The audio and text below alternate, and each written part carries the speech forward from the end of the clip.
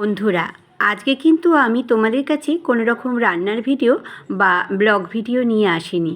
আজকে আমি তোমাদের কাছে নিয়ে চলে এসেছি এই লাল রঙের ফল মানে তরমুজের ব্যাপারে কিছু তথ্য জানাবো বলে, আর এর উপকারিতা অপকারিতা জানাবো বলে। নমস্কার বন্ধুরা, পিকুর রান্নাঘরে সবাইকে স্বাগত। গরমকালের বাজারে কিন্তু এই তরমুজ বিশেষভাবে পাওয়া যায়। অন্য সময়ে যদি এখন পাওয়া গেলেও গরমকালে কিন্তু এই বিশেষ ফলটি আমরা বাড়িতে প্রায়শই খেয়ে থাকি। আর বাচ্চা থেকে বয়স্ক মানুষ এই মিষ্টি রসালো ফলটা কিন্তু ভীষণভাবে ভালোবাসে। বন্ধুরা, তোমরা কি জানো এই তরমুজে কি রয়েছে? তরমুজে রয়েছে 92% পানীয় উপাদান। তাই তরমুজ খেলে কিন্তু জলের অভাব অনেকটাই পূর্ণ হয়। তাই তরমুজ কিন্তু তোমরা রেগুলারই খেতে পারো। কিন্তু এর কিছু গুণাগুণ যেমন রয়েছে, এই তরমুজটি খেলে কি হয় সেটির ব্যাপারেও কিন্তু জানাবো। তরমুজে রয়েছে AB6 এবং ভিটামিনের ভরপুর খনিজ উপাদানও, যা শরীরকে ডিহাইড্রেশন কমাতে সাহায্য করে। মানে জলের অভাবটা কিন্তু অনেকটাই পূর্ণ করে দেয় এই তরমুজ। এতে ফ্যাটও কমে আর রোগ প্রতিরোধক ক্ষমতাও কিন্তু বাড়ে। যারা মোটা হয়ে যাচ্ছে বা মোটাপা থাকছে তারা কিন্তু এই তরমুজ খেতে পারেন। তরমুজ খেলে কিন্তু তারা কিন্তু অনেকটাই রোগা হয়ে যাবেন অবশ্যই।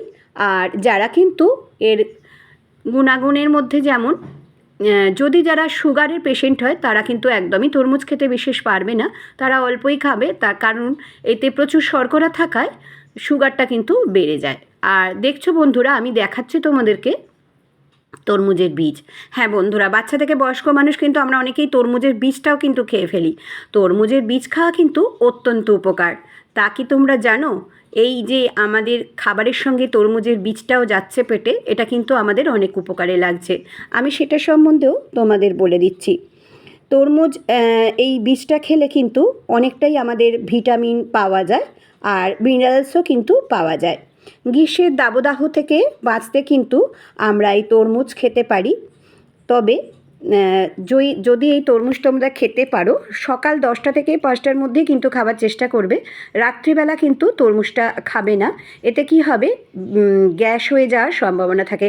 আর যাদের কোষ্ঠকাঠিন্য আছে তারা কিন্তু তরমুজ খেতে পারো, কিন্তু অতিরিক্ত তরমুজ খেলে প্রচুর পরিমাণে গ্যাস হয়ে যায় পেটে, এবং যার ফলে পেট ভারী হয়ে যায় আর এতে অম্বল আর বমি বমি ভাবও কিন্তু দেখা দিতে পারে।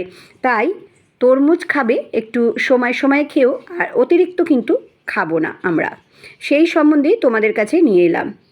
আর তরমুজ খেলে আমাদের কিন্তু ত্বক ও চুল ভালো রাখে, এটাও কিন্তু তোমরা জেনে রাখো। এটা কিন্তু অনেকেও জানে না, তাই বললাম। তরমুজ কিন্তু পেটের অতিরিক্ত যদি খেয়ে নাও তরমুজটা, তাহলে পেটে কিন্তু ডায়রিয়া সহ পেটে নানা রকম রোগও কিন্তু দেখা দিতে পারে। তরমুজে রয়েছে সলবিটাল নামক একটা উপাদান, এতে গ্যাস অম্বল হতে পারে, তাই জন্য বেশি না খাটাই ভালো। পাইকোপিন নামক একটা জিনিস রয়েছে যাতে বেশি অম্বল হতে পারে, আর বেশি খেলে কিন্তু শর্করা হতেই পারে। তাই গ্রীষ্মের দাবদাহ থেকে তরমুজ খেলেও বা ক্লান্তি দূর হলেও কিন্তু তোমরা ভেবেচিন্তে তরমুজটা খাও। তরমুজ খাওয়া কিন্তু ভালো, কিন্তু আমরা সময় সময় যদি তরমুজ খাই তাহলে কিছুই হবে না। তরমুজের বীজ কিন্তু আমরা শুকিয়ে নিয়েও খাওয়া যেতে পারে, বা বাচ্চাদের যদি এরকম তরমুজের শরবত করে দাও, বড়োদেরও করে দিতে পারো, তারা কিন্তু বেশ আরাম করে খাবে। তাহলে বন্ধুরা, কেমন আমাকে বলো কেমন লেগেছে, আর ভালো লাগলে সাবস্ক্রাইব, লাইক, শেয়ার করো, নিচে থাকা বেল বাটনটা প্রেস করে দিও, যাতে নতুন নতুন রেসিপি, ব্লগ বা এরম তথ্য তোমাদের কাছে আমি নিয়ে চলে আসতে পারি। সবাই খুব ভালো থেকো, সুস্থ থেকো।